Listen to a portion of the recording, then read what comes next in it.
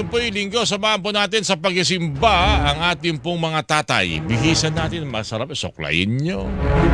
Magandang papormahin si daddy nyo ho, o tatay nyo, o papa nyo habang itong Sunday samantalayin po natin magsimba at pagkatapos yan, bahala na ako eh. Gusto nyo ilibre. Sabi nga ni paring Mau, hindi naman importante. Kailangan, kahit simple lang, basta mamahalin. Ay, o nga pala, alam ko gusto nyo sabihin. Ala kayong panggastos dahil malamang pinaghahandaan nyo ho, ang babayaran nyo pong kuryente ang inyong Meralco billing. Ngayong buwan ng Hunyo na inaasahan dahong tataas ng, nako po, saan kaya tayo dadamputin ito? May higit 60 centavos per kilowatt hour ang itataas. Tako. At hindi lang yan huli. Meron pa raw po mga susunod dahil staggered po yung sinasabing adjustment ng ating mga bayarin sa kuryente. Kausapin nga ho natin ang National Coordinator po ng Kuryente.org. Baka naman anong nangyayaring ito? Meron pa tayong dapat ditong bantayan, paghandaan at ipanawagan sa gobyerno na aksyonan dahil hindi na ho talaga natin kaya pa magbayad ng pagkamahal-mahal. Buong sweldo natin napupunta na ho sa kuryente. Si Ginoong Sir Bas Umali. Aba, si Tito Bas. Oo, Tito Bas, Tito Bas. Sir Bas Umali, sir, magandang umaga po sa inyo. Si Orly Trinidad po ito sa DCWB. Kumusta na ho kayo? Good morning po, Sir Orly. Maraming salamat sa pagpapunak sa panayam na ito. Ako ba dapat bumati sa inyo ng Happy Father's Day din, Sir Bas? Opo. Ay, happy Father's Day po sa inyo. Sir Bas, ano bang pag kayo natatanong, paano nyo ba sinasagot na Tito Bas, ano ba itong nangyayari? More than 60 centavos per kilowatt hour at aakad itong June at maaari pa raw yung madagdagan pa dahil gagawing staggered yung paniningil. So meron pa yung part 2, part 3 yata o hanggang part 4 ito. Unang-una, itong nangyayari ng kakulangan ng supply ng kuryente na nag-udyok para pumunta at bumili ng kuryente sa WSM ang mga distributor na naging dahilan kung bakit ganito kahataw ang presyo ng kuryente. Ano ba kayong napapansin? Wala ba kayong tatanggap na report na mukhang dapat tingnan dito ang gobyerno, ang pamahalaan, Sir Bas? Sir Orly, good morning po. Happy Father's Day din po sa inyo. Napakarami pong, medyo mahaba po yung kwento, Sir Orly.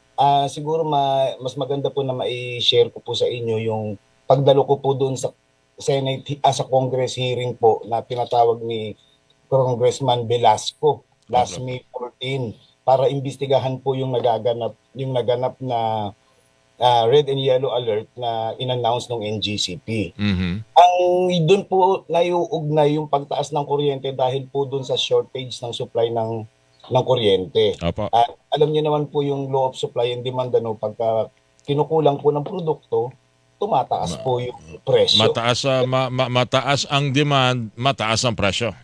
Ay opo, ganun po yung siyempre pinakamas simpleng paliwanag po sa atin. Mm-mm. At doon po sa proseso ng investigasyon, pinapalalim po ng mga kongresista at saka ng iba pong mga stakeholders na naroroon kung ano ang dahilan.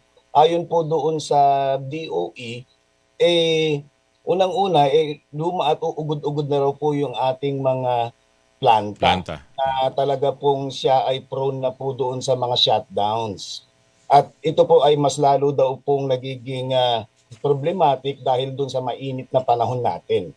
At yun po, mula doon, kung natatandaan nyo, Sir Orly, noong April 1, sila po ay nag-issue ng statement yung DOE na umano ay meron tayong secure na supply ng kuryente sa buong panahon ng tag-init. Tama po 'yan. Inaalala ko 'yon na parang meron yata silang request na adjustment ng presyo. Pinagbigyan ng Pangulo, basta tiyakin ninyo na walang magiging problema ng kuryente. After 4 months, sunod-sunod na agad eh. Ayan nga po, unfortunately, ilang weeks lang po after April 1 ay nag-issue na ng red and yellow alert yung NGCP. Then after that, Sir Orly, ay nag-declare na ng electricity crisis. So talaga pong kami po sa parte po ng mga consumers at alam ko pati po kayo ay nangangamba na ano ba ang mangyayari sa mga susunod na panahon natin dito kung actually paulit-ulit po ito, Sir Orly. yung ganitong problema natin sa kakulangan ng supply ng kuryente at lalong-lalo na sa panahon ng tag-init. Natuklas, Oo. napansin niyo ho ba doon, sir, basta pagdinig? Kung ito bang nangyayaring ito artificial, o may nagmamaneuver para kumita, kumuha sa WSM na mas mahal at doon mapunta ang lahat ng mga bayarin na pagkamahal-mahal ng mga consumer. May nakita ba kayo sa ganung pagdinig? Iyan po yung subject sa investigation. Ayon Hindi po pa dun, humalinaw na may ganun talaga. opo, ayon po dun sa Energy Regulatory Commission at saka sa DOE, iniimbestigahan po nila yung sabay-sabay, halos sabay-sabay na shutdown ng almost 50 power plants na nag-cause ng instability ng power supply natin na nagiging nagiging dahilan para sa pagtaas ng presyo ng kuryente natin. Mhm. At wala pa naman pong final na, na isinumite yung dalawang ahensya ng pamahalaan. At siguro hintayin natin, no? Unfair naman na tayo ay magbintang-bintang. Pero ayon dun sa ibang stakeholders, nakakaduda naman na yung 50 power plants ay halos sabay-sabay na Oo. ah, Mabutit nilinaw niyo yan. Kasi yung iba ho talaga gustong malaman mukhang hindi pa ba matutukoy ngayon kung may lahat ng pangyayaring ito ay grand design para kumita. Lalo na ho yung mga unti-unting Kasi ang isa rin sa hinaing ng ating mga kababayan dito, Sir Bas, pag kanilang pinagmamastan kasi yung kanilang billing sa kuryente, wala talaga silang magawa kasi yung talagang tinatadhana ng EPIRE. Kaya lang, baka pwedeng alisin na ho doon, lalo na ho yung ating ginagasto sa hindi naman dapat nating bayaran, yung ating bayarin na hindi naman talaga tayo dapat ang umasikaso, tulad ng pagpapanatili na merong kuryente sa ibang mga liblib ng mga lugar, yung paggamit ng metro na doble-doble bayad. Ang metro pala natin, ang bayad pala natin dyan, meron tayong babayaran na fix dahil sa paggamit ng metro, meron pa rin tayong babayaran na arkila sa metro per kilowatt hour. So parang correct. doble-doble tong mga bagay na to. Siguro habang hinihintay natin yung resolusyon, kung ano ba talaga nangyayari dyan sa nangyari itong mga nakaraang mga buwan, tingnan na talaga yung EPIRA law dahil pag pinagbastan mo ang buti na lang talagang inisa-isa. Pag pinagbastan mo, ang daming doble bayad eh. Mm. Sir Orly, may isingit ko lang po. Maganda po kasi yung inquiry na ginawa ni Congresswoman Kimbo nung tinanong niya po yung ERC kung magkano daw po yung mga penalties na nakolekta na mula doon sa mga planta na nag-shutdown. Umano sir ay mayroong mga around 60 million na collection yung ERC. Nako, At baka ang liit lang no, kayang-kaya yun. tumaas pa nga po ito dahil nga meron pa rin mga sumunod na mga red and yellow alert announcement pa rin yung NGCP after ng hearing nung May 14 eh.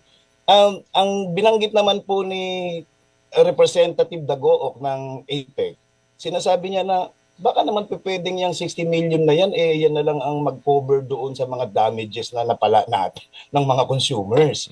Ano, para naman kahit papano may band-aid tayo. May pagtabon. Pero ayon po sa DOE, medyo may malalim-lalim po na kwento, Sir Orly. Ang sabi ng DOE kasi, ang solution dito ay magkaroon tayo ng mga panibagong planta para masigurado yung supply natin ng kuryente. Siyempre, umuugat na naman dun sa ideya na kasi wala tayong investment. At ito pa yung nagiging katwiran para magkaroon ng tsatsya. So, medyo may mga ganun pong tayong kinakaharap na nagpapalito doon sa ating mga consumers. Pero isa po sa mga dahilan, maganda po palalinin din, Sir Orly, yung mga bayarin doon sa mga taxes, sa mga taripa na pumapasok sa atin. Ako po, Sir Orly, hindi po ako anti dyan sa renewable energy. Napakaganda po kung magkakaroon po tayo ng renewable energy. Pero dagdag po na bayarin na sinisingil sa atin yan, doon sa may feed-in tariff na minsan 2 piso, minsan 4 pesos. Yung ano yun, yung Yung feed-in tariff po. Feed-in tariff? Opo. Akala ko yung meron akong naririnig yung fit all. Iba ba 'yon? Ayun po yun. Yun. Po yun, sir. Opo. Oo, ito yung sinisingil sa atin para ibayad doon sa mga kumpanya na gumagamit ng renewable energy. Tama ba 'yon, Sir Baz? That's correct, sir. Bakit natin sila babayaran? Babayaran na nga natin sila pag nag-produce sila. Yan po yung disenyo ng ating batas eh. So Na may, ipira. opo, Napakaswerte naman nila, biruin nyo. maglilingkod sila gamit ang renewable energy na walang puhunan. 'Di ba? Kasi kukuha ka ng kuryente sa araw, sigat ng araw, sa hangin. Although siyempre, yung mga battery, yung mga kasama, yun ang kanilang obligasyon doon. Pero kaya nga mo na nga sila babayaran pag nag-produce dahil doon, meron pa palang karagdagan silang tariff o allowance na binibigay ng gobyerno. Ang swerte nila, gobyerno pa maniningil para sa kanila.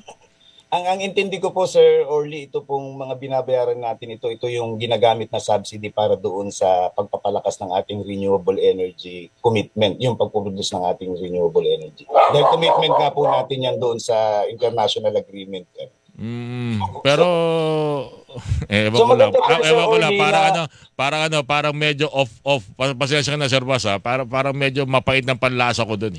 Bagamat meron tayong commitment, di i-commit nyo na lang yun, nakukuha nyong buwis, yung obligation ng mga distributor, noong mga producer at noong mga nagtatransmit ng kuryente sa transmission, sa kanila na lang kunin yan. Idadagdag pa ba sa ating mga consumer yan, Sir Bas? Ang dami na natin binabayaran.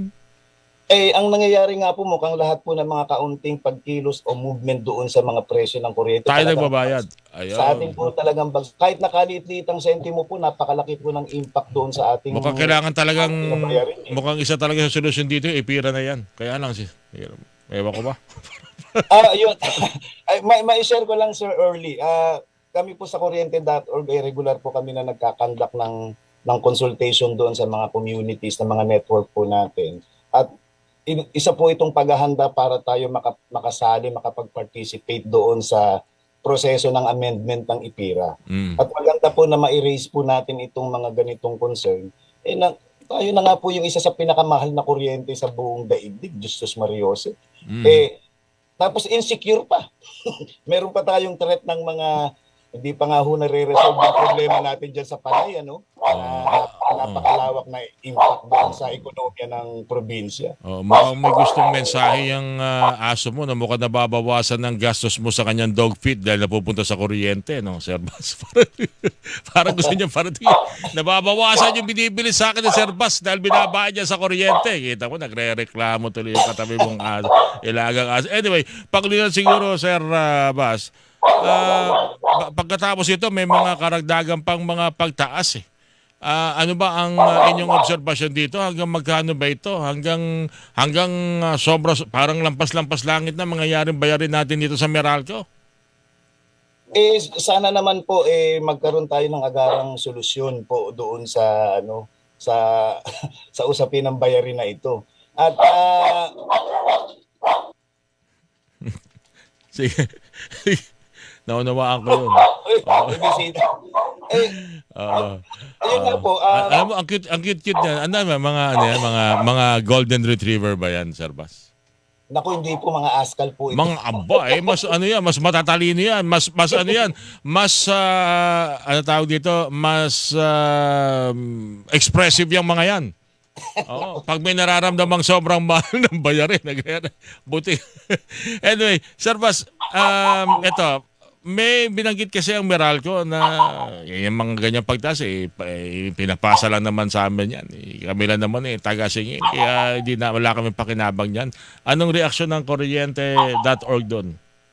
Totoo naman, Sir Orly, na parang around 12% lang naman po yata or more yung napupunta doon sa singili ng Meralco. Kasi kung babasahin naman po natin yung ating electricity bill, ay naka-breakdown naman po doon kung saan napupunta yung iba't ibang mga sa transmission, sa system loss, at sa iba't ibang mga taxes na meron tayo. So, isa lang ho sa pinaka mabilis na solution po siguro talaga ay mapataas po talaga natin yung production natin ng kuryente at ma-maximize po natin yung energy mix. So, pagandahin po natin na maigi yung supply ng ating, whether yan ay renewable or non-renewable. And again, uulitin ko, Sir Orly, yung Pilipinas naman tayo, ang contribution natin dun sa carbon emission ay napakaliit, 0.03%. Napakaliit nga. Lang halos. At sa kabilang banda naman, maganda naman yung performance natin ayon doon sa World Energy Council sa usapin ng environmental sustainability sa paggamit ng energy sector. Pero doon lang po tayo number 1 Pero sa usapin po ng security at sa usapin ng affordability, kulelat na kulelat po yung bansa natin. So dapat po unahin po talaga no syempre na maging secure yung supply ng kuryente natin at ma-maximize natin yung iba't ibang mga resources na pwede nating magamit. Merong magandang mensahe sa ating tagapakinig dito. Panahon na siguro para i-take over ng gobyerno kasi may tuturing na crisis na ito. Itong nangyayari na papatayin tayo sa presyo ng kuryente siguro sa about time. Tingnan pag-aralan ng gobyerno kung paano mapapatakbo ito. Para maging kaaya-aya sa lahat at makita talagang problema, solusyonan, and at the same time, talagang masingil yung tama at hindi yung pabigat sa taong bayan. Maganda itong suggestion na ito. Sa tingin mo, Sir Bas? Hindi ko po tututulan yan, Sir Orly. Kaya lang siyempre, mas maganda po nagagamit po tayo ng data. Ayon po sa impormasyon na meron tayo, after nung bago po yung IPIRA, talagang mas miserable po yung kalagayan ng sektor ng kuryente po natin. Alam ko po na tatandaan niyo po ito ng mga nagde-daylight saving pa tayo nung panahon na yan. At maraming mga bumibili ng generator pero bandang huli parang na-imagine ko, naiisip ko, hindi kaya may nagdisenyo nito para mga pre-IPIRA years po yun na Sir Orly, na talagang matindi po yung krisis natin sa kuryente. Pero after IPIRA po, ayon po ito sa Philippines Institute for Development Studies po, yung PIDS, sila ay naglabas ng research na relatively mas gumanda yung supply ng kuryente natin at relatively bumaba daw yung presyo ng kuryente natin nung na-privatize yung energy sector. May data po sila na pinipresent. So in response lang po yan dun sa nag-comment po na viewer po pero siyempre wala na pong ibang pinakamaganda kung ang may-ari po ng energy facilities na yan ay tayong mga mamamayan. Totoo po 'yun. Lahat ng basic services dapat talaga parang Singapore, no? Opo.